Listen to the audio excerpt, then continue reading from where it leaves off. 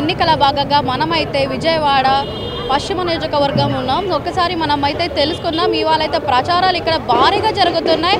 ఒకసారి కూటమి కార్యకర్తలు అయితే ఇక్కడ మనతో పాటు ఉన్నారు. ఒకసారి వాళ్ళతో మాట్లాడదాం. హలో అండి, నమస్కారం. నా పేరు సుబ్బారెడ్డి అండి. నేను మాజీ కార్పొరేటర్ని, 45వ డివిజన్ ఇన్ఛార్జి. ఈరోజు సుజనా చౌదరి గారు బీజేపీ, జనసేన, టీడీపీ బలపరిచిన అభ్యర్థిగా పోటీ చేస్తున్నారు పశ్చిమ నియోజకవర్గంలో. అలాగే కేశినేని చిన్ని గారు పార్లమెంట్ అభ్యర్థిగా పోటీ చేస్తున్నారు సైకిల్ గుర్తు పైన. వీళ్ళిద్దరికీ మా పశ్చిమ నియోజకవర్గంలో బ్రహ్మాండమైన ఆదరణ, ప్రజల్లో మంచి ఇది ఉంది. అలాగే సుజనా చౌదరి గారు కూడా ఈ కొండగట్ల మీద కాలనీల్లో పేదవారి కోసం చాలా వెనకబడి ఉందనేది ఆయన కూడా గ్రహిస్తున్నారు.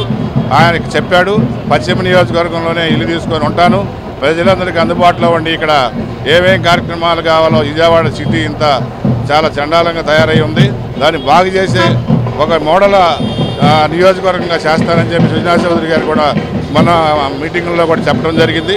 ఇప్పుడు మేము కూడా అదే ప్రజల్లోకి తీసుకెళ్ళి చెప్తున్నాం. ఎట్టి పరిస్థితుల్లో చంద్రబాబు నాయుడు గారు సీఎం అవుతున్నారు.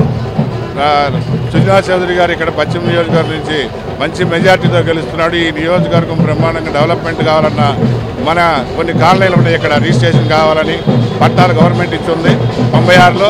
ఇప్పుడు రిజిస్ట్రేషన్ కావాలని అందరూ అడుగుతున్నారు. వాటి మీద కూడా సుజనా చౌదరి గారు స్పందించారు. అవి నేను గెలిచిన తర్వాత వాటి మీద దృష్టి పెడతానని, ఆ కార్యక్రమాన్ని మేమందరం కూడా ఆయన దృష్టికి తీసుకెళ్ళి అవన్నీ వాళ్ళ రిజిస్ట్రేషన్లో అయ్యే మార్గాన్ని సుముఖం అయిద్దని చేస్తారని మేము నమ్ముతున్నాం. ఆయన్ని మంచి మెజార్టీతో గెలిపిస్తామని ఈ సందర్భం తెలియబడుతుంది.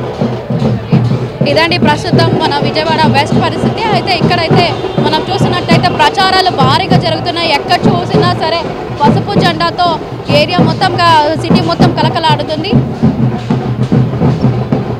ఎక్కడ చూసినా సరే సుజనా చౌదరి గారే రావాలనేసి ఇక్కడ ప్రజలైతే కోరుకుంటున్నారు. Over to studio.